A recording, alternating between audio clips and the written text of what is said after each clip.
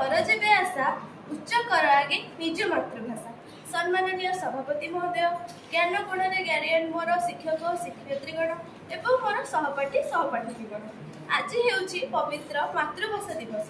आज ही दिवस रे मते किछि कहिबार सुजोग मिलिथिबारु मु निजको धन्य मने करूछि। एही दिवसटी पालन करिबा पछरे एक महान गौरवनीय कथाटी लुचि अछि, जहा हेउछि 1952 मसीहारे ढाका ठारे केतेक छात्र छात्री निजर आत्मबलिदान देथिले।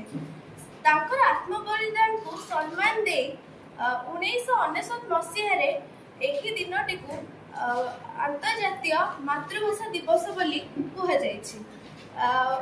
2000 मसीहा परठू आमे एही दिन को मातृभाषा दिवस रूपे पालन करूछि। एही दिवसटी पालन करिवार मुख्य उद्देश्य एहा होछि कि आम देश को सम्मान दबा एवं यह अधिक शक्तिशाली कराइबा।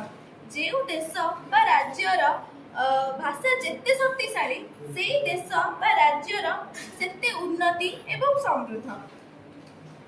स्वभाव कवि गंगाधर मेहेर कहिसंती, मातृभूमि मातृभाषार ममता जा हृदय नाही, मातृभूमि मातृभाषार ममता जा हृदय नाही, ताकू जदि ज्ञानी गुणरे गुणिबा अज्ञान रहिबे काई, ताकू जदि ज्ञानी गणरे गणिबा अज्ञान रहिबे काई।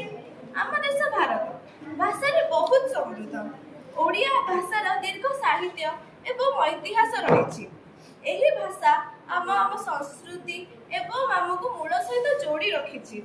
आजिकल आम इंग्राजी शिखुचे, हेले इंग्राजी शिखिबा भल, किंतु इंग्राजी द्वारा निज भाषा को भूली जिबा हेउछि निज परिचय को हराइबा। तेणु आमे समस्त स्थान रे इंग्राजी को भूली निज भाषा को कहबा उचित।